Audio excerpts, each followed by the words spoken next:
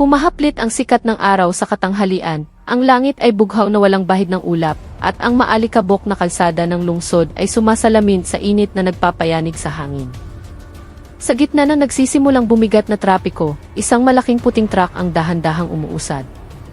Maririnig ang mababang dagundong ng mga gulong nito sa halos natutunaw ng aspalto. Ang tambutso nito'y may matatag na ugong, patunay ng isang makinang alaga at isang chopper na buo ang konsentrasyon. Nagdadala ang truck ng mahalagang karga. Mga plastik na kahon na puno ng sariwang isda na kaaahon pa lamang mula sa pier kaninang umaga. Buo pa ang yelo sa loob, pinapanatili ang lamig at pagiging bago ng mga isda. Bawat minuto ay mahalaga dahil ang kasariwaan ay isang pangakong kailangang tuparin sa mga suki. Sa likod ng manibela, isang kabataang babae ang nakatingin ng diretso sa daan.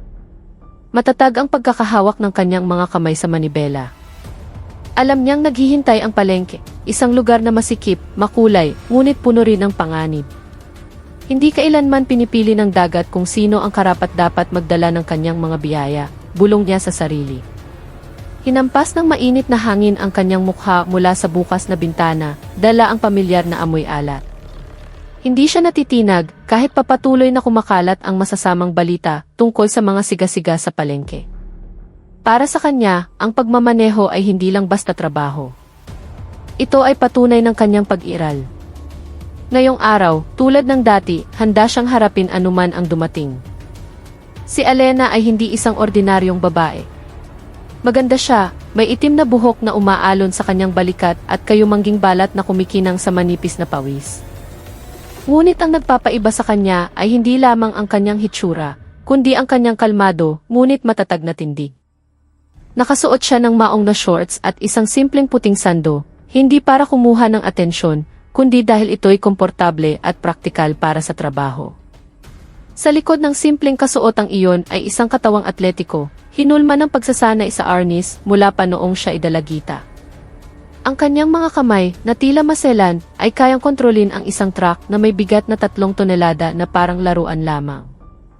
Ang kanyang matalas na mga mata ay kayang basahin ang sitwasyon sa isang sulyap lamang. Hindi siya kailanman humingi ng proteksyon, lalong hindi nagreklamo.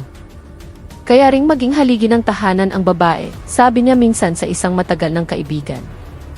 Ngayong araw, higit pa sa isda ang dala niya. Dala niya ang pag-asa para sa maliliit na karinderya at mga tindera na naghihintay sa kanyang suplay. Payapa ang kanyang mukha, ngunit ang kanyang diwa ay alerto. Alam niya, sa dulo ng daan na ito, maaaring may panganib na nag-aabang, ngunit hindi siya atras. Dahil ang paghinto ay nangangahulugan ng pagtataksil sa tiwalang ipinagkaloob sa kanya. Patuloy na umuusad ang truck, ngayon ay pumapasok na sa lugar sa gilid ng palengke, kung saan nagsisimulang kumipot ang daan at ang mga nagtitinda ay nagsisimulang humilera sa magkabilang gilid.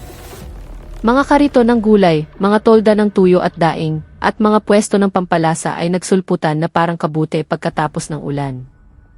Ang mga sigawan ng tawaran, busina ng tricycle, at kalembang ng bisikleta ay bumubuo ng isang kakaibang ritmo na tanging ang mga namumuhay dito ang nakaunawa. Binagala ni Alena ang takbo, ang kanyang mga mata ay maingat na nagmamasid sa paligid. Alam niya na sa isang lugar na tulad nito, ang gulo ay maaaring magmula sa kahit saang direksyon. Minsan mula sa isang peking ngiti, minsan mula sa isang anino sa likod ng kariton. Ang amoy ng mga rekado, usok ng prituhan, at lansa ng isda ay naghahalo-halo sa isang matapang na aroma na nagpapaalala sa kanya ng kanyang kabataan sa isang nayon ng mga mangingisda. Gayunpaman, nanatiling nakatuon ang kanyang isip. Hindi siya dapat maging pabaya, lalo na ngayong araw.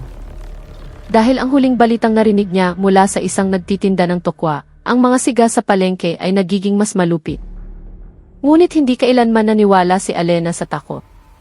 Mas naniniwala siya sa kahandaan, sa kahinahunan, at sa katotohanang mahigpit niyang pinanghahawakan sa kanyang dibdib. Nanatiling matatag ang kamay ni Alena sa manibela. Bagamat nagsisimula ng mamasa ang kanyang likod sa pawis, binuksan niya sandali ang wiper upang linisin ang alikabok na dumikit sa windshield, saka huminga ng malalim. Sa kanyang mga mata, ang palengke ay hindi lamang isang lugar ng bentahan, ito ay isang larangan ng buhay. Isang lugar kung saan ang katarungan ay madalas sinusubok at ang katapangan ay bihirang matagpuan. Ngunit hindi ibig sabihin ay wala ng matapang. Kung lahat ay mananahimik, sino ang lalaban, mahina niyang bulong na para bang sinasagot ang pag-aalinlangan na maaaring sumibol sa puso ng iba. Ang kanyang truck ngayon ay dumaraan sa isang lumang arko na gawa sa kahoy na may nakasulat na ipalengke ng San Roque na ang pintura ay kupas na. Doon, ang buhay ay mabilis ang pintig, ngunit sa likod ng ingay ay may isang tensyon na hindi nakikita. Nararamdaman ito ni Alena. Alam niyang ang biyahe ngayong araw ay hindi lamang tungkol sa paghahatid ng isda, ito ay isang tahimik na pagsubok. May lugar pa ba ang tama sa gitna ng kapangyarihang mapang-abuso? At siya, kasama ang kanyang truck na puno ng yelo at sariwang isda, ay handang sagutin ito sa pamamagitan ng gawa, hindi ng salita. Biglang nagbago ang kapaligiran nang magsimulang pumasok ang truck ni Alena sa pinakapuso ng lugar ng bentahan. Ang mga tindera ay naglalakad dala-dala ang kanilang mga basket. Ang mga nanay ay tumatawad sa mga gulay at ang mag-iihaw ay nagtutulak ng kanyang kariton. Lahat ay nagaganap sa karaniwang harmonya. Ngunit bigla ang mga hakbang ay nagsimulang bumagal. Ang mga ulo ay lumingon. Mayroong isang bagay na hindi pangkaraniwan. 6 na malalaking anino ang nakatayo na nakaharang sa gitna ng pangunahing daanan. Ang kanilang mga braso ay puno ng tatoo, malalapad ang dibdib, at ang kanilang mga mukha ay nagpapakita ng isang kayabangang matagal ng hindi hinahamon. Nakatayo sila na parang isang pader na humaharang sa sinumang maglakas loob na dumaan ng walang pahintulot. Ang isa sa kanila, ang pinakamataba at may pinakamabangis na mukha, ay humakbang pasulong na may mabibigat na yabag na para bang ang lupa ay nanginginig sa ilalim ng kanyang mga paa. Nanliit ang kanyang mga mata habang tinititigan ang truck ni Alena na bumabagal. Walang nangahas na magsalita. Maging ang tunog ng manok mula sa kulungan sa malapit ay tumahimik. Alam ng lahat kung sino sila at alam ng lahat na magkakaroon ng problema ngayon. Pinabagal ni Alena ang takbo ng truck hanggang sa tuluyan itong huminto. Umaandar pa rin ng mahina ang makina nito. Hindi siya nagmamadaling bumaba, ngunit ang kanyang mga mata ay matalim na nakatitig sa grupo. Mula sa kanilang tindig at paraan ng pagkakatayo, malinaw na hindi lamang sila ordinaryong mga siga. Ito ang sindikato ng palengke na matagal nang naghahasik ng lagim. Ang nasa unahan, ang matabang may tatoo na dragon sa liig, ay si Berto. Isang pangalan na madalas binabanggit ng pabulong na puno ng takot ng mga tindera. Kilala siya ni Alena, hindi dahil sa nagkita na sila, kundi dahil sa mga kwentong patuloy na kumakalat. Pera na kinikikil, mga pwesto na sinisira, at mayroon pang binubugbog dahil lamang sa pagtangging magbayad ng fee protection money. Subalit, sa halip na matakot, isang malamig na galit ang nagsimulang mag-alab sa kanyang dibdib. Dahan-dahan niyang binuksan ang pinto ng truck, bumaba ng may mahinahong hakbang, at isinara ito ng may tunog na sapat na malakas upang makuha ang atensyon ng lahat. 6 na pares ng mata ang tumitig sa kanya, puno ng pang-aalipusta. Ngunit hindi inalis ni Alena ang kanyang tingin. Tumayo siya ng tuwid, handang harapin anuman ang mangyari. Dahil ngayong araw, ang katarungan ay susubukin hindi lamang ng karahasan, kundi ng katapangan ng isang dalagang hindi yumuyukod.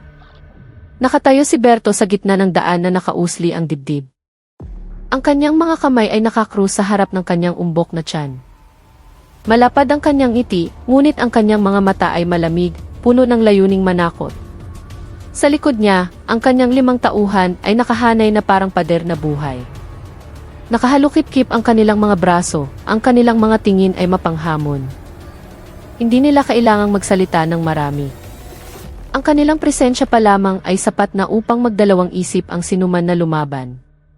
Kilala si Berto hindi lamang dahil sa kanyang kalupitan, kundi dahil din sa kanyang madidilim na koneksyon na dahilan kung bakit ang mga reklamo ng mga tao ay laging naglalaho pagdating sa istasyon ng pulis. Sanay na siyang makakita ng mga taong yumuyuko, nagmamakaawa at kahit na umiiyak. Ngunit ngayong araw may kakaiba. Ang dalagang kabababa pa lamang mula sa truck ay hindi yumuyuko. Sa halip, nakatingin siya ng diretso sa kanyang mga mata, walang takot, walang kaba. At iyon ay bahagyang nakapagpabagabag kay Berto, kahit na sinubukan niyang itago ito sa likod ng kanyang mapanuyang ngiti. Si Alena ay nakatayong payapa sa tabi ng kanyang truck. Ang kanyang katawan ay balingkinitan ngunit matipuno. Hinahangin ang kanyang buhok ng mainit na hangin ng tanghali. Hindi siya agad nagsalita. Pinagmasdan lamang niya ang kilos ng mga kamay ni Berto, ang posisyon ng mga paa ng kanyang mga tauhan, at maging ang direksyon ng kanilang mga tingin. Hindi ito ang unang pagkakataon na hinarap niya ang panganib, at alam ng kanyang kutob na nais siyang takutin sa pamamagitan ng kanilang bilang at pangangatawan. Ngunit si Alena ay hindi isang taong madaling matakot. Sa isang mabagal na kilos, pinagpagan niya ang alikabok sa kanyang shorts, saka humakbang ng isa. Sapat na malapit upang ipakita ang katapangan, ngunit sapat na malayo upang manatiling alerto. Sa tingin ninyo, pag-aari ninyo ang palengking ito, tanong niya ng mahina. Ang kanyang boses ay kalmado, ngunit matatag. Malinaw itong narinig sa gitna ng katahimikang biglang bumalot sa karamihan ng palengke. Ang mga tindera na kanina iabala ay biglang huminto. Pigil ang kanilang mga hininga. Alam nila ang may malaking mangyayari at sa unang pagkakataon sa mahabang panahon, mayroong isang taong naglakas loob na lumaban. Agad na nakilala ni Alena ang mukha ni Berto, hindi mula sa direktang pagkikita, kundi mula sa mga kwentong patuloy na umiikot sa mga maliliit na tindera. Alam niya kung sino ang lalaking iyon. Ang hari-harian ng palengke. Kumukolekta ng kitong-ki kung kailan niya gusto, nagbabanta sa sinumang maglakas loob na tumanggi. Ang kanyang mga tauhan ay kalat sa bawat sulok ng palengke, nagpaparamdam sa bawat nagtitinda na sila ay binabantayan, kinokontrol at walang magawa. Narinig ni Alena ang kwento ng isang matandang nagtitinda ng isaw na umiiyak dahil itinapon ang kanyang paninda dahil lamang nahuli sa pagbabayad.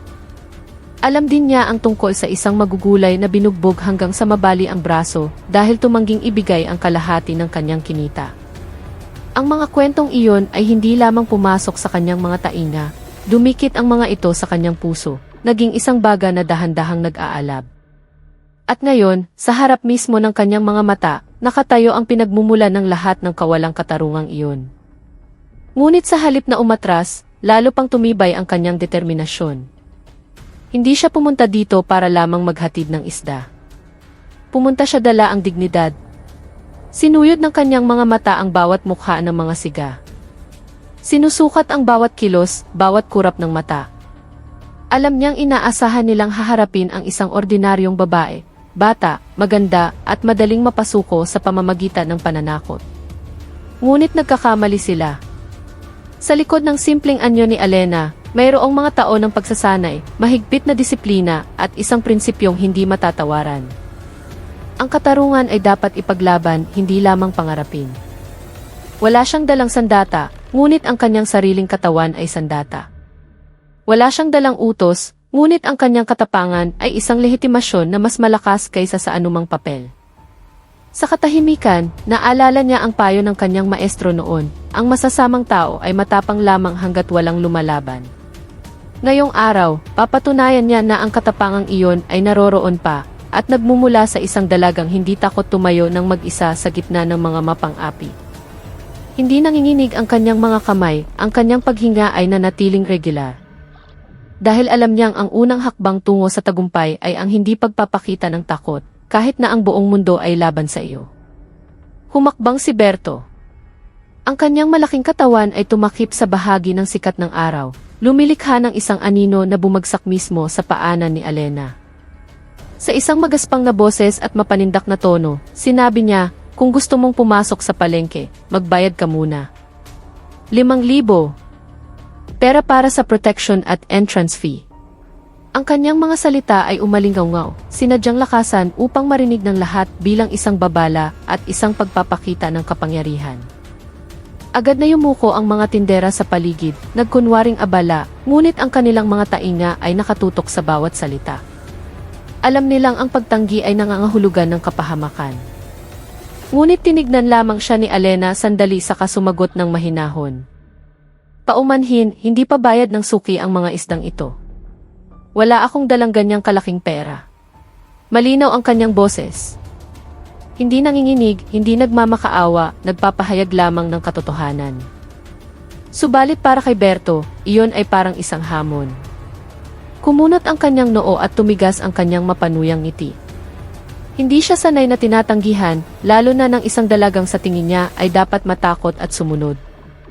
Alam na alam ni Alena na ang perang hinihingi ay hindi opisyal na bayarin. Walang resibo, walang taripa, walang mga unipormadong tauhan. Ito ay purong pangingikil, binalot sa salitang isiguridad, upang magtunog na lehitimo. Ngunit alam din niyang ang mahabang pakikipagtalo ay walang mababago. Wala silang pakialam sa dahilan. Pera lamang ang mahalaga sa kanila. Sa kabila nito, sinubukan pa rin niyang magpaliwanag ng magalang. Kapag nahuli sa paghatid ang mga isdang ito, maaaring mabulok. Umaasa ang mga suki ko sa kasariwaan nito. Umaasa siyang marahil sa pagkakataong ito, may katwiran pa ring makakatago sa kanilang kayabangan. Ngunit tumawa lamang si Berto, saka lumingon sa kanyang mga tauhan na para bang nagsasabing, pakinggan ninyo to, akala niya may pakialam tayo. Ang tawang iyon ay sinundan ng alinggaw-ngaw ng iba pang tawa mula sa mga siga. Kinukutya ang sinseridad ni Alena na para bang iyon ay isang kahangalan. Subalit ang hindi nila namamalayan ay bawat tawa na iyon ay lalo lamang nagpapatibay sa determinasyon sa puso ni Alena. Dahil ang katarungan ay hindi kailanman isinilang mula sa pagsunod sa kawalang katarungan. Ito ay isinilang mula sa katapangan na magsabi ng hindi sa pinakamahirap na sandali. Biglang dumagundong ang boses ni Berto, pinupunit ang katahimikang bumalot sa karamihan. Kung ayaw mong magbayad, di wag kang pumasok dito. Malinaw ang patakaran, sigaw niya habang tinuturo si Alena gamit ang kanyang makapal na daliring puno ng murang singsing. Ang kanyang sigaw ay napakalakas na nagpatalon sa isang magugulay sa kabilang kalsada. Ang mag-iihaw ay huminto sa paglalagari ng bloke ng yelo, at isang grupo ng mga ina na tumatawad sa sili ay sabay-sabay na lumingon.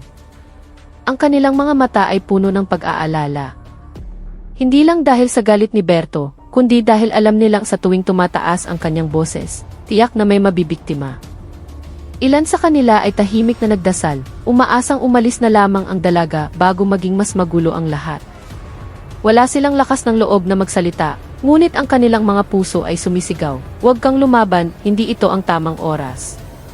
Ang ingay ng palengke na karaniwang puno ng tawanan at tawaran ay naging isang nakakabinging katahimikan. Tanging ang tunog ng makina ng truck ni Alena ang maririnig na mahinang umaandar na parang pintig ng pusong tumatangging huminto. Nagkatinginan ang mga tindera. Mayroong umiling ng marahan, mayroong yumuko ng malalim na parabang ayaw masangkot. Alam na alam nila kung sino si Berto at ang kanyang grupo. Mga siga na hindi kailanman nahuhuli kahit na dose-dosena ng beses na inireklamo. Bawat reklamo ay laging nawawala sa gitna ng daan. Kung hindi dahil sa takot, marahil ay may nagpoprotekta. At ngayon, sa gitna ng tirik na araw, isang dalaga ang nakatayong mag-isa laban sa kanila. Ilang tindera ang nagpigil ng hininga. Kumakabog ng mabilis ang kanilang mga puso. Nais nilang tumulong, ngunit ang kanilang mga paa ay parang nakapako sa lupa dahil sa takot na ilang taon nang nakaugat. Isang pag-asa na lamang ang natitira, sana'y maisapat na tapang o sapat na swerte ang dalaga upang makaligtas ngayong araw.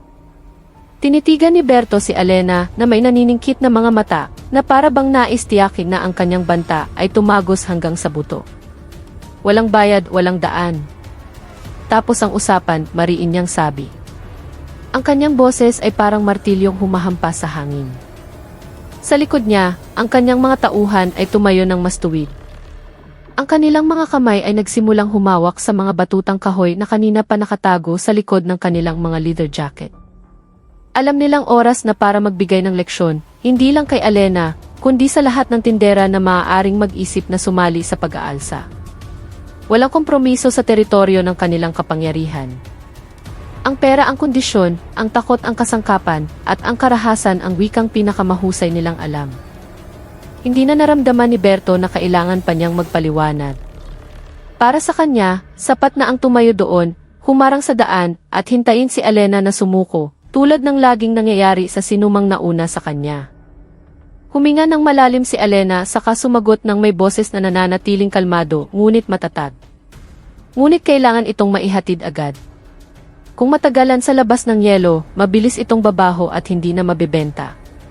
Sinubukan niyang muli na kumatok sa kanilang pagkatao, kahit alam niyang maliit ang posibilidad. Para sa kanyang mga suki, mga nagtitinda ng isda sa ihawan, mga karinderyang paborito ng mga mangingisda, mga nagluluto ng sinigang, ang kasariwaan ng isda ang hininga ng kanilang negosyo. Kung wala iyon, baka wala silang kita ngayong araw. Ngunit tumawa lamang si Berto. Ang tunog ng kanyang tawa ay garalgal at puno ng pangungutya. Problema mo na yan, hindi namin problema yan, sabi niya habang lumingon sa kanyang mga tauhan, na para bang ninanamnam ang kawalang pag-asa na sa tingin niya ay tiyak nalilitaw sa mukha ni Alena. Subalit, ang nakita nila ay hindi kawalang pag-asa, kundi isang titig na lalong tumatalim, tulad ng apoy na katatanggap pa lamang ng hangin. At sa likod ng titig na iyon, isang determinasyon na hindi mabibili, hindi matatakot, o masisira ng anumang banta. Umalingaw-ngaw ang tawa ng mga siga sa pagitan ng mga hanay ng pwesto sa palengke. Malakas at puno ng pang-aalipusta, na para bang ninanamnam ang kawalang magawa na sa tingin nila ay tiyak na nararamdaman ni Alena. Nagpalitan sila ng mapanuyang ngiti. Ang ilan ay sinadyang tapikin ang likod ni Berto na parang nagdiriwang ng isang maliit na tagumpay laban sa isang dalagang naglakas loob magsalita. Para sa kanila, hindi lamang ito tungkol sa pera. Ito ay tungkol sa pagpapatibay kung sino ang may kapangyarihan. At sa loob ng mahabang panahon, walang sinumang nagtagumpay na hamunin sila ng walang masamang kahihinatnan. Patuloy ang tawanan, lalong lumalakas, lalong nakakainsulto. Para bang nais ipahiya si Alena sa harap ng buong palengke. Ngunit sa gitna ng tawanan, nanatiling kalmado ang mukha ni Alena. Hindi kumukurap ang kanyang mga mata, hindi nanginginig ang kanyang mga labi. Alam niyang ang kanilang tawa ay isang maskara lamang ng kanilang kawalan ng kapanatagan. Isang paraan upang takpan ang takot na balang araw, may isang taong tunay na tatayo laban sa kanila. Sa isang boses na biglang bumaba, ngunit tumatagos, sinabi ni Alena, "Mga walang hiya talaga kayo. Hindi kayo pulis, hindi kayo tauhan ng palengke, wala kayong karapatan dito. Mga sigalang kayo na matapang dahil walang lumalaban." Ang pangungusap na iyon ay bumagsak na parang bato sa isang tahimik na lawa, lumilikha ng mga alon na naramdaman ng lahat. Dahan-dahang humina ang tawa ng mga siga. Kumunot ang noo ni Berto. Ang kanyang tingin ay nagbago mula sa mapanuya tungo sa nagingit-ngit na galit. Ang sinabi ni Alena ay hindi lamang isang hamon, ito ay pagbubunyag ng kanilang tunay na pagkatao sa harap ng publiko. Para sa isang siga na nabubuhay sa takot, ang katotohanan ang pinakamapanganib na banta. At sa sandaling iyon, alam ni Berto na hindi maaaring basta na lamang paalisin ang babaeng ito. Kung makatakas siya ngayon, ang kanyang bibig ay maaaring magbigay inspirasyon sa iba na magsalita. At iyon ang simula ng katapusan ng kanilang kapangyarihan. Kaya't nang walang pag-aalinlangan, dala ng galit na hindi na makontrol, itinaas niya ang kanyang kamay at sinampal ng buong lakas ang pisngi ni Alena. Dumapo ang sampal sa pisngi ni Alena ng malakas, nagpatabingi sa kanyang ulo. Ang tunog na plak ay malinaw na narinig sa gitna ng katahimikang biglang bumalot sa palengke. Ang mga taong nakasaksi ay bigla ang napasigaw. Mayroong nagtakip ng bibig, mayroong sumigaw ng "Diyos ko," na parang hindi makapaniwala sa kanilang nakikita. Isang dalaga, maganda at matapang, ay kasasampal pa lamang sa sikat ng araw dahil lamang sa pagtangging magbayad ng iligal na pera. Ilang tindera ang mabilis na bumulong, "Umalis ka na, Ineng. Huwag mo nang palakihin ang gulo." Puno ng pag-aalala ang kanilang mga boses. Hindi dahil hindi sila sumusuporta, kundi dahil alam nila kung gaano kalupit ang ganting maaaring ibigay ni Berto at ng kanyang mga kasama. Masyado na silang maraming nakitang taong nawasak dahil lamang sa isang salitang pagtanggi. Namula ang pisngi ni Alena. Ang bakas ng mga daliri ni Berto ay malinaw na nakikita sa kanyang balat na dati makinis. Nagsimulang mamuo ang sariwang dugo sa gilid ng kanyang labi, ngunit hindi niya ito pinunasan. Dahan-dahang bumalik ang kanyang tingin ng diretso sa unahan. Hindi may kasamang luha, hindi may kasamang kahihiyan, kundi may kasamang galit na kontrolado, malamig at puno ng determinasyon. Ang kanyang katawan ay hindi man lang nanginig. Sa katunayan, mas tuwid pa siyang tumayo kaysa kanina. Ang sampal na iyon ay hindi nagdulot sa kanya ng takot. Sa halip, nilinaw nito ang isang bagay, ang karahasan ang tanging wikang naiintindihan ng mga sigang ito. At kung iyon ang kanilang pinili, handa si Alena na sagutin ito.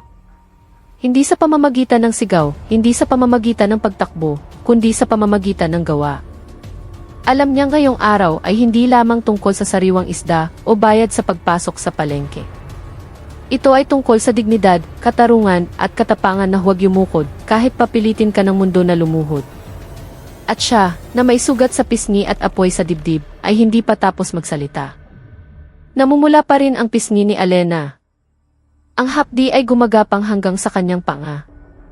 Ngunit ang kanyang mga hakbang ay hindi umurong. Tinitigan niya si Berto at ang kanyang mga kasamahan ng walang panginginig. Na para bang ang sampal ay hindi isang suntok, kundi isang kampanang tumatawag sa kanya upang kumilos. Sa kanyang mga mata, walang takot, tanging isang katatagan na lalong tumitigas na parang bakal na idinadaan sa apoy. Alam niya, kung susuko siya ngayon, hindi lamang siya ang talo, kundi pati na rin ang lahat ng tindera na matagal nang nanahimik dahil sa takot. Naghihintay sila ng isang taong maglalakas loob na basagin ang pader ng kawalang katarungang iyon. At ngayong araw, sinasadya man o hindi, natagpuan na nila ito. Hindi na nagsalita pa si Alena. Tumango lamang siya ng marahan sa kanyang sarili, saka lumingon patungo sa kanyang truck nang may matatag na hakbang. Na para bang nagsasabing tama na. Binuksan niya ang pinto ng truck at umakyat ng may mabilis ngunit mahinahong kilos. Inabot ng kanyang kanang kamay ang susi at pinaandar ang makina. Agad na umugong ng malalim ang malaking diesel engine, nagpayanig sa hangin na parang isang sigaw na matagal nang pinigilan. Sandaling lumabas ang itim na usok mula sa tambutso, tanda ng lakas na handang sumabog. Ang mga siga na kanina tumatawa ay nagkatinginan gayon. Ang kanilang ekspresyon ay nagbago mula sa pagiging mayabang tungo sa pagiging alerto. Hindi nila inaasahan na paandarin ang dalaga ang makina. Babanggain ba niya sila, tatakas, o hahamunin sila sa paraang hindi inaasahan? Itinaas ni Berto ang kanyang kamay, nagbibigay ng senyas sa kanyang mga tauhan na maghanda. Ngunit bago pa sila makakilos, pinindot na ni Alena ang busina. Isang beses, malakas, nakakabingi, bilang babala na hindi siya aatras, hindi siya yuyukod, at hindi niya hahayaang manalo ang kawalang katarungan ng walang laban. Nagpanik ang mga siga nang makitang muling umandar ang truck. Ang makina nito ay umuungol na parang isang mabangis na hayop na kagigising pa lamang. Sumigaw si Berto, patayin mo ang makina ngayon din. Garalgal at wala ng kontrol ang kanyang boses. Ngunit hindi na tinag si Alena. Nakatingin lamang siya ng diretso sa unahan, ang kanyang mga kamay ay nanatiling mahigpit sa manibela. Nang makita iyon, isa sa mga siga na pinaka-emosyonal ang naghagis ng malaking bato sa windshield ng truck. Isang malakas na kalabog ang narinig. Nagkabitak-bitak ang salamin at pagkatapos ay nabasag. Ang matatalim na piraso ay sumabog papasok sa kabin, tumama sa mukha ni Alena na hindi nakaiwas. Dahan-dahang umagos ang sariwang dugo mula sa kanyang sentido at pisngi na may pasa na. Ngunit hindi siya sumigaw, hindi umiyak, ni hindi lumingon. Mas lalo lamang niyang hinigpitan ang hawak sa manibela. Malalim ang kanyang paghinga na para bang ginagawang lakas ang sakit. Nang bumaba si Alena mula sa truck sa ikalawang pagkakataon, ang kanyang mukha ay puno ng dugo, ngunit ang kanyang mga mata ay nagniningning sa isang determinasyong hindi matitinag. Tumawa ang mga siga nang makita ang kanyang mga sugat, isang malupit na tawa na puno ng huwad na tagumpay. Akala nila ang dugo ay tanda ng pagkatalo. Tanda na ang dalaga ay sa wakas sumuko na sa kanilang karahasan. Ngunit nagkamali sila. Para kay Alena, ang dugo ay hindi kahinaan. Ito ay katibayan na siya ay inatake ng walang dahilan. At ngayon, bawat patak nito ay humihingi ng katarungan. Ang mga taong nakasaksi ay napapikit, hindi makatiis sa kalupitang nakikita. Ang ilan ay bumulong pa ng dasal, umaasa na may himalang darating. Ngunit ang dumating ay hindi himala, kundi ang katapangan na matagal nang natutulog sa puso ng isang dalagang ayaw ng manahimik. At sa sandaling iyon, nagsimulang maghanda si Alena. Mababa ang kanyang katawan, matatag ang kanyang mga paa, handa ang kanyang mga kamay. Ang tunay na laban ay magsisimula pa lamang. Bumaba si Alena mula sa truck ng may mahinahong hakbang.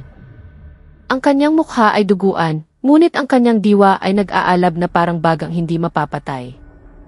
Pinunasan niya ang dugo sa kanyang sentido gamit ang likod ng kanyang kamay, saka tinitigan ng matalim ang 6 na siga na tumatawa pa rin, kampante, at hindi namamalayan ang panganib na ngayon ay nakatayo sa kanilang harapan.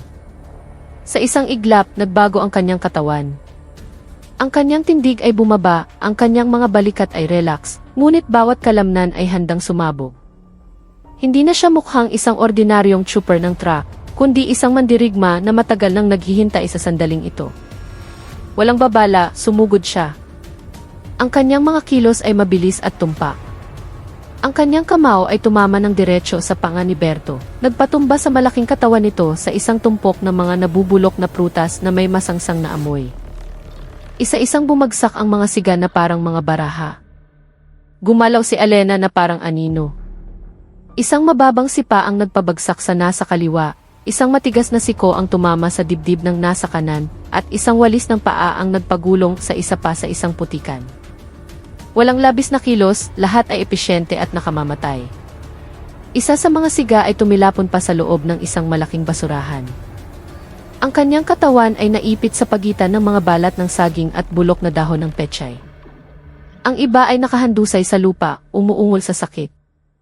Ang kanilang mga mukha ay puno ng putik at kahihiyan.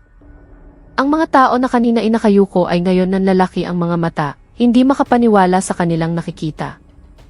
Ang ilan ay nagsimulang maglabas ng kanilang mga cellphone, nire-record ang bawat segundo ng laban. Hindi dahil sa nais nilang maging viral, kundi dahil nais nilang mag-imbak ng ebidensya na ang katarungan ay maaari pa ring ipatupad, kahit ng isang dalagang naglakas loob tumayo ng mag-isa sa gitna ng tirik na araw. Ang malalaking katawan na kanina ay mayabang ay ngayon nakahandusay at walang magawa sa maruming lupa ng palengke. Tumayo si Elena sa gitna nila. Ang kanyang hininga ay bahagyang humahabol, ngunit ang kanyang kilos ay nanatiling kalmado. Hindi siya nagpakita ng labis na ekspresyon ng tagumpay, hindi tumawa, hindi ng asa. Para sa kanya, hindi ito tungkol sa paghihiganti, kundi tungkol sa pagtatayo ng dignidad at katarungan na matagal ng yuyurakan. Sinubukan ng isang siga na gumapang papalayo, ngunit mabilis na tinapakan ni Elena ang kanyang bukong-bukong, sapat na malakas upang pigilan siya, ngunit hindi sapat na matigas upang makasakit. Sa tingin mo, pwede ka lang basta-basta manakit ng tao, tapos aalis na lang, mahina niyang sabi, ang kanyang boses ay matalim ngunit kontrolado. Sa paligid niya, ang mga tindera na kanina'y takot ay nagsimula ng lumabas mula sa likod ng kanilang mga kariton. Ang kanilang mga mata ay nanlalaki, puno ng paghanga at pag-asa. Ang isa sa mga siga na may tatoo na dragon, ang pinakamatangkad at pinakamabangis, ay tumilapon sa loob ng basurahan, malapit sa pwesto ng tuyo. Nakaipit ang kanyang katawan, ang kanyang mga paa ay sumisipa-sipa sa hangin, ang kanyang mukha ay puno ng balat ng bulok na dalandan at tira-tirang dahon ng mustasa. Ang mga taong nakakita ay hindi napigilang tumawa, hindi dahil sa kalupitan, kundi dahil sa ginhawang sa wakas ay sumabog matapos ang ilang taong pamumuhay sa takot. Nagsimulang marinig ang maliliit na sigawan ng tuwa. Isang nagtitinda ng tokwa ang sumigaw, "Salamat, miss." Nanginginig ang kanyang boses, puno ng emosyon. Ang iba ay sumunod na magsalita, dahan-dahan ngunit tiyak, tulad ng isang alon na nagsisimulang tumaas mula sa ilalim ng dagat. Hindi na sila nanahimik. Hindi na sila yumukod. Dahil sa kanilang harapan, pinatunayan ng isang dalaga na ang katapangan ay hindi tungkol sa laki ng katawan o bilang ng mga taong nasa likod mo, kundi tungkol sa desisyon na huwag hayaang manalo ang kasamaan ng walang laban. At ngayong araw, hindi lamang binugbog ni Elena ang mga siga, binuhay niyang muli ang kaluluwa ng isang komunidad. Ilang residente na kanina inanonood lamang mula sa malayo ay naglakas loob ng lumapit. Ang kanilang mga mukha ay puno ng pinaghalong paghanga, ginhawa at pagmamalaki. Isang matandang ina na nagtitinda ng gulay ang nagpunas ng luha gamit ang dulo ng kanyang duster habang bumubulong, sa wakas may naglakas loob. Ang iba ay dahan-dahang tumango na para bang kagigising lamang mula sa isang mahabang panaginip na puno ng takot. Hindi nagtagal, 12 ng cellphone ang itinaas. Nagsimulang mag-record ang mga kamera. Hindi para mang-asar, kundi para itago ang makasaysayang sandaling ito. Sa oras na isang dalaga ang sumira sa pader ng kawalang katarungan na matagal nang kumukulong sa kanila, ang video na iyon ay kakalat hindi bilang libangan, kundi bilang patunay na mayroon pa ring katapangan at ang katarungan ay maaaring magsimula sa isang taong ayaw manahimik. Lalong lumakas ang sigawan. Nagsilabasan ang mga tindera mula sa kanilang mga pwesto, nakalimutan ang kanilang mga paninda, nakalimutan ang init na humahaplit. Ang tanging mahalaga sa kanila ay isang bagay, ang makalapit kay Alena. Pinalibutan nila siya na parang isang bayaning kadarating lamang mula sa digmaan. Isang matandang magkakape ang nanginginig ang boses ng sabihin, ilang beses na kaming nag-report, ineng, 12 ng beses, pero laging bigo. Laging nakakalusot sila. Sa kanyang mga mata, makikita ang pinaghalong hiya at pag-asa.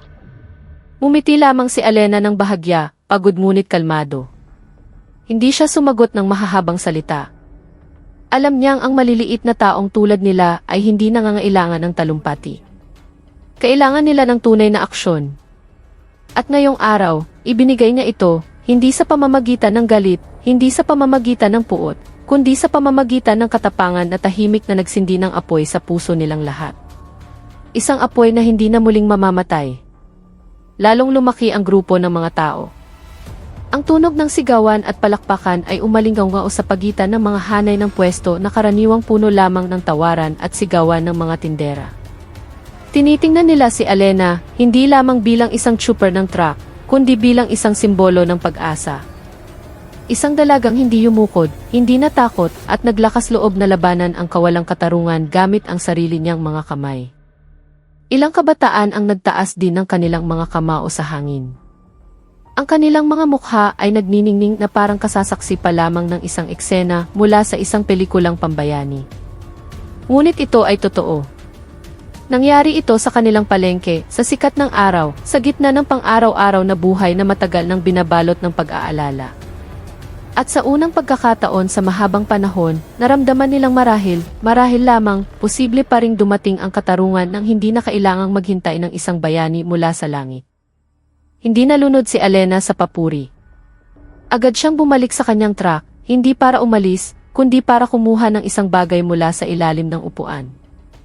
Sa isang mahinahong kilos, inilabas niya ang isang pares ng posas na bakal na kumikinang sa ilalim ng sikat ng araw. Sandaling natahimik ang mga tao, saka nagkatinginan. Sino ba talaga ang babaeng ito?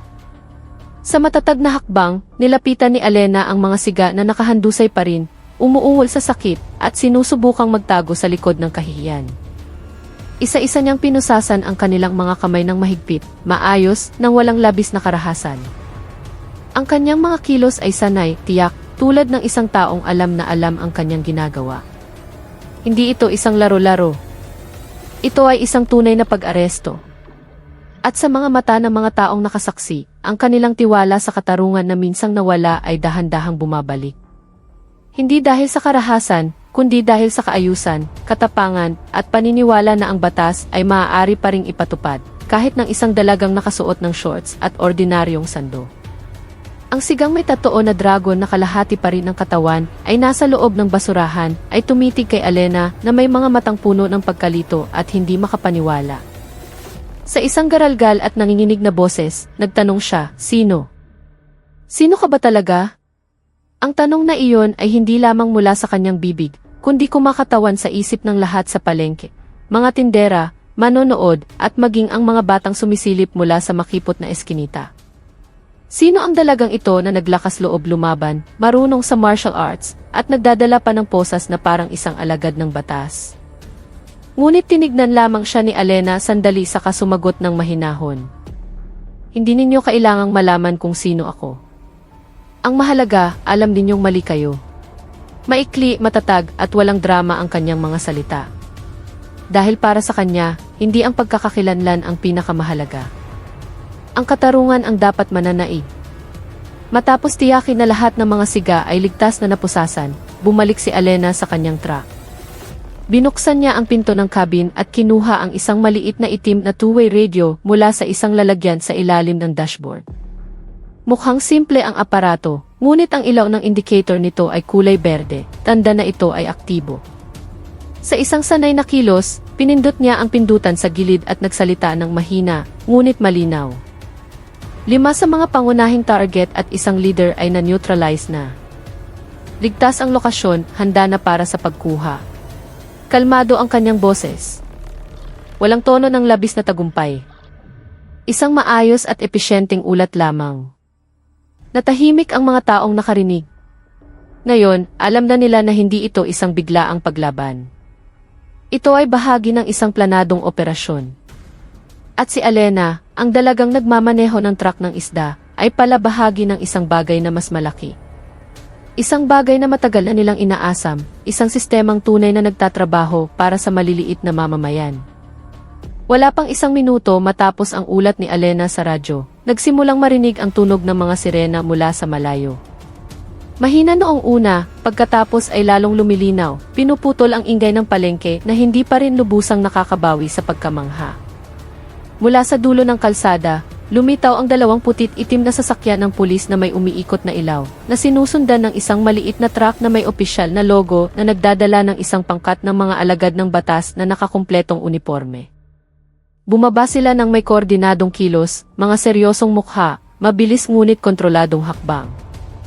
Kusa namang nagbigay daan ang mga tao, hindi dahil sa takot, kundi dahil sa paggalang. Ito ang unang pagkakataon na nakita nilang dumating ang mga otoridad hindi para manakot, kundi para hulihin ang mga kriminal na matagal nang naghahari-harian sa kanilang lugar. Nakatayo si Alena sa tabi ng kanyang truck, may tuyong dugo pa rin sa kanyang pisngi, ngunit ang kanyang tindig ay tuwid at puno ng otoridad. Ibinigay niya ang mga napusasang siga sa pangkat ng operasyon ang hindi na kailangan ng mahabang paliwanag. Walang labis na kamayan, walang pagpapakitang gilas, isang maikling tango lamang na puno ng pagkakaintindihan sa pagitan ng kapwa tagapagpatupad ng katarungan. Sa pilitang dinala ang mga siga, ang kanilang mga mukha ngayon ay maputla, wala nang bakas ng kayabangan. Yumuko ng malalim si Berto. Nanginginig ang kanyang katawan, hindi dahil sa sugat, kundi dahil sa pagkaunawa. Sa pagkakataong ito, hindi sila makakatakas, hindi sila makakapagsuhol, hindi sila makakapagtago sa likod ng huwad na kapangyarihan. Pinanood ng mga tao ang lahat ng may malaking ginhawa sa dibdib. Sa wakas, dumating ang batas hindi bilang isang banta, kundi bilang isang tagapagtanggol. At sa gitna ng eksenang iyon, nanatiling tahimik si Alena, hinahayaan ang sistema na gumana. Dahil alam niyang ang tunay na katarungan ay hindi tungkol sa mga suntok, kundi tungkol sa katiyakan. Ilang araw ang lumipas, kumalat ng malawakan ang balita tungkol sa pagkahuli ng sindikato sa palengke. Hindi lamang sa komunidad ng mga tindera, kundi pati na rin sa lokal na balita at social media. Ang pinakagulat sa mga tao ay hindi lamang ang katapangan ni Alena, kundi ang katotohanang ang kanilang mga reklamo sa loob ng mahabang panahon ay sa wakas ay tunay na tinugunan. Lumalabas na ang pangkat na dumating noong araw na iyon ay hindi isang ordinaryong unit. Sila ay bahagi ng isang espesyal na puwersa na nag-iimbestiga sa isang network ng mga siga na nakikipagsabwatan sa mga peking otoridad. Lahat ng ebidensya, kasama na ang mga video ng mga tao at ang mga opisyal na ulat na isinumite dati, ang naging batayan ng planadong operasyon. Si Alena, na pala ay nakikipagtulungan sa mga otoridad, ang naging dulo ng operasyon na iyon, hindi bilang isang bayani, kundi bilang bahagi ng isang sistemang nais linisin ang palengke mula sa ugat ng kawalang katarungan na masyadong matagal nang hinayaang lumago. Nang dalhin ng mga sasakyan ng pulis ang mga sigapalayo sa palengke, ganap na nagbago ang kapaligiran. Ang mga tindera na dati nagbubulungan sa takot, ngayon ay nagsasalita ng malakas, tumatawa ng malaya, at bumalik sa pagtitinda ng walang pag-aalala. Ang mga bata ay nagtatakbuhan sa pagitan ng mga pwesto, ang mga ina ay tumatawad ng may masayang boses. Maging ang mga nagbabantay ng paradahan ay hindi na naniningil ng sobra. Mayroong isang bagong damdaming umusbong, tiwala. Hindi lamang sa batas, kundi sa kanilang sarili, na ang pananahimik ay hindi ang tanging pagpipilian at ang katapangan ay maaaring makahawa. Si Alena mismo ay hindi nagtagal sa lugar na iyon. Matapos matiyak na ang kanyang mga sariwang isda ay naihatid sa mga suki, bumalik siya sa kanyang truck, pinaandar ang makina, at umalis ng hindi nagpapaalam. Ngunit ang kanyang pag-alis ay nag-iwan ng isang bagay na mas mahalaga kaysa sa sariwang isda, pag-asa. Pag-asa na ang katarungan ay hindi lamang isang panaginip, kundi isang bagay na maaaring ipaglaban at mapagtagumpayan ng sinumang maglakas loob na tumayo ng tuwid sa sikat ng araw. Sa paglilitis na ginanap ilang linggo pagkatapos, nabunyag ang mga nakakagulat na katotohanan. Si Berto at ang kanyang grupo ay hindi lamang ordinaryong mga siga.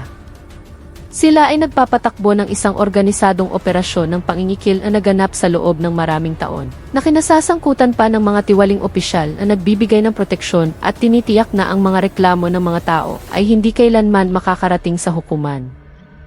Ang mga video mula sa mga tao, ang testimonya ng mga tindera, at ang digital na ebidensyang nakalap ng pangkat ni Alena ang naging susi na sumira sa network mula sa ugat. Idineklara ng hukom na namumuno sa paglilitis na ang kanilang mga ginawa ay hindi lamang nakapinsala sa ekonomiya, kundi sinira rin ang pundasyon ng tiwala ng publiko sa seguridad at batas. Naging transparent ang paglilitis, dinaluhan ng maraming tagapalengke na dati takot magsalita, ngayon ay nakaupo ng tuwid sa mga upuan. Ang kanilang mga mata ay puno ng paniniwala na ang katarungan ay tunay na ipinapatupad. Ibinaba ang hatol, 15 taon sa bilangguan para kay Berto at sa lahat ng miyembro ng kanyang sindikato, walang parole. Sandaling natahimik ang korte, saka sumabog sa isang hindi masambit na alinggaw ng ginhawa. Sa labas ng korte, nagyakapan ang mga tao, hindi dahil sa naipaghiganti, kundi dahil sa pakiramdam ng kaligtasan na sa wakas ay bumalik. Nagbago na ang palengke. Wala nang iligal na koleksyon, wala nang mga banta sa likod ng ngiti. Payapa nang nagtatrabaho ang mga tindera. At ang pinakamahalaga, muli silang naniwala na ang kanilang maliliit na boses ay maaaring marinig. Maaaring hindi na bumalik si Alena sa palengking iyon, ngunit ang kanyang pangalan ay nanatiling buhay sa mga kwento ng mga tindera. Ikinukwento sa mga kabataan bilang paalala na ang katapangan, kahinahunan, at paniniwala sa katotohanan ay maaaring magpayanig sa pader ng kawalang katarungan, gaano man ito katibay na itinayo. At sa mga sumunod na araw, sa tuwing humahaplit ang sikat ng araw, wala nang anino ng takot. Tanging ang liwanag ng katarungan na patuloy na nagniningning. Ang kwentong ito ay nagpapaalala sa atin na ang katarungan ay hindi naghihintay sa pinakamalakas, kundi dumarating mula sa pinakamatapang. Sila na hindi nananahimik kahit nag-iisa, na hindi yumuyukod kahit tinatakot, at naniniwalang ang katotohanan ay karapat-dapat ipaglaban, gaano man kaliit ang boses na marinig. Huwag hayaang maging dahilan ang takot upang manahimik. Dahil minsan, ang malaki